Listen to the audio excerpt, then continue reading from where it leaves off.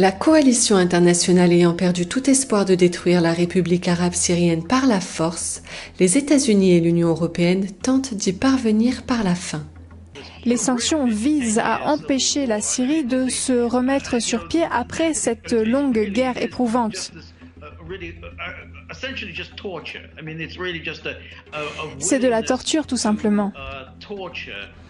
Les États-Unis sont prêts à torturer le peuple syrien pour atteindre leurs objectifs. Le siège du pays a commencé.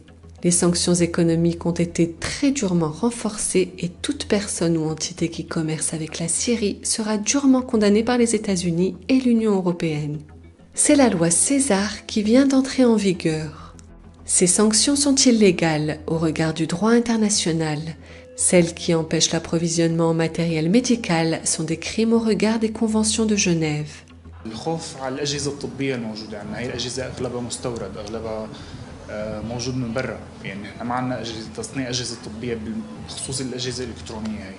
Le président syrien a préparé un plan pour l'autosuffisance alimentaire dont la mise en œuvre agricole demandera plusieurs années.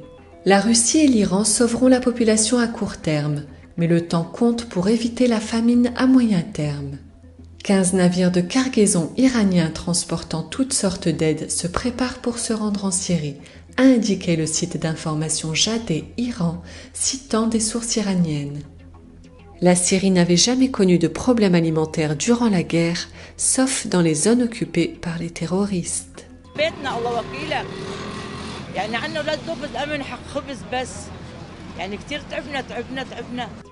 Lors d'un discours télévisé diffusé le 16 juin dernier, le secrétaire général du Hezbollah, Hassan Nasrallah, a demandé au gouvernement libanais de ne pas se soumettre à la loi César qui cherche à affamer le Liban et la Syrie. Les États-Unis font preuve de rage, de mécontentement et se vengent de Bachar al-Assad parce qu'ils ont échoué, ils n'ont pas réussi à atteindre leurs objectifs. C'est donc par dépit qu'ils infligent des actions vraiment inhumaines sur le peuple syrien.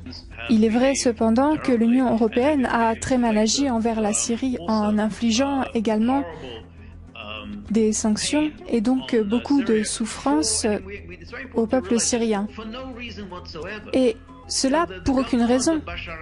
Le gouvernement de Bachar al-Assad n'est pas une démocratie, mais c'était un État plutôt bien gouverné jusqu'à présent. Il n'y avait donc aucune raison pour infliger toute cette souffrance.